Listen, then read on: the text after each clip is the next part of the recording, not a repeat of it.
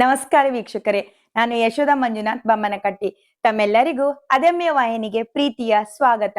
ವೀಕ್ಷಕರೇ, ದಿನನಿತ್ಯ ನಾವು ಬಳಸುವ ಅನೇಕ ಗಾದೆಗಳು ವರ್ಣಪಲ್ಲಟಗೊಂಡು ಅವುಗಳನ್ನು ನಾವು ಬೇರೆ ರೀತಿಯಲ್ಲಿ ಬಳಕೆ ಮಾಡುತ್ತೇವೆ. ಅಂತಹ ವರ್ಣಪಲ್ಲಟಗೊಂಡ ಹಲವಾರು ಗಾದೆಗಳ ಬಗ್ಗೆ ಕನ್ನಡದ ಪಂಡಿತರು, ನಿವೃತ್ತ ಶಿಕ್ಷಕರು, ಆಧ್ಯಾತ್ಮ ಜೀವಿಗಳು ಆದ ಶ್ರೀ ವಿ.ಕೆ. ಪಾಟೀಲ್ ಸರ್ ಅವರು ಹಿಂಗಂದ್ರೇನು ಕೃತಿಯಲ್ಲಿ ವಿವರಿಸಿದ್ದಾರೆ.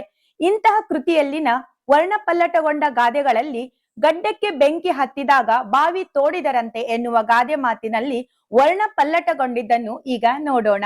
ನಾವು ಪ್ರತಿ ಸಲವೂ ಈ ಗಾದೆಯನ್ನ ಗಡ್ಡಕ್ಕೆ ಬೆಂಕಿ ಹತ್ತಿದಾಗ ಬಾವಿ ತೋಡಿದರಂತೆ, ಕಡ್ಡಕ್ಕೆ ಎನ್ನುವ ಪದದ ಬದಲಾಗಿ ಗಡ್ಡಕ್ಕೆ ಎಂದು ನಾವು ಬಳಕೆ ಮಾಡುತ್ತಿದ್ದೇವೆ. ಏಕೆಂದರೆ ಇಲ್ಲಿ ಕಕಾರವು ಪಲ್ಲಟವಾಗಿ ಗಕಾರವಾಗಿ ಅನರ್ಥಕಾರಿಯಾಗಿದೆ.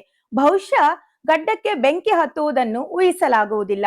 ಬೆಂಕಿ ಹತ್ತುವುದು ಎಂದಾದರೂ ಅದನ್ನು ಆರಿಸಲು ಪ್ರಯತ್ನಿಸುವ ಮೊದಲೇ ಆರಿ ಹೋಗುವುದು ಅಷ್ಟೇ ಪ್ರಾಸಂಗಿಕ ಕ್ರಿಯೆ.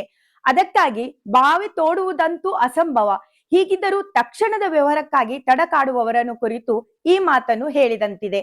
ಪೂರ್ವ ಸಿದ್ಧತೆ ಅವಶ್ಯ ಎಂಬ ಎಚ್ಚರಿಕೆ ಇದ್ದಂತಿದೆ. ಕಡ್ಡಕ್ಕೆ ಬೆಂಕಿ ಹತ್ತುವುದು ಎಲ್ಲರ ಅನುಭವದಲ್ಲಿದೆ. ಕಡ್ಡ ಎಂದರೆ ಚೆನ್ನಾಗಿ ಒಣಗಿದ ಹುಲ್ಲು. ಅದಕ್ಕೆ ಕಿಡಿ ಅಂದರೆ ಬೆಂಕಿ ಬಿದ್ದರೆ ಸಾಕು ಹತ್ತಿ ಉರಿಯುತ್ತದೆ. ಅದನ್ನು ಬಹಳ ಎಚ್ಚರಿಕೆಯಿಂದ ರಕ್ಷಿಸಬೇಕು. ಹಾದಿಯಲ್ಲಿ ಅಡುಗೆ ಮನೆ, ಮಕ್ಕಳು ಆಡುವ ಸ್ಥಾನದಲ್ಲಿ ಕೂಡಿಡಬಾರದು. ಕಾರಣವಿಷ್ಟೇ, ಯಾವುದಾದರೂ ದೂರದಲ್ಲಿರುವ ಬೆಂಕಿ ಕಿಡಿ ತಾಗಿದರೆ ಸಾಕು ಅದು ಸುಟ್ಟು ಭಸ್ಮವಾಗುತ್ತದೆ.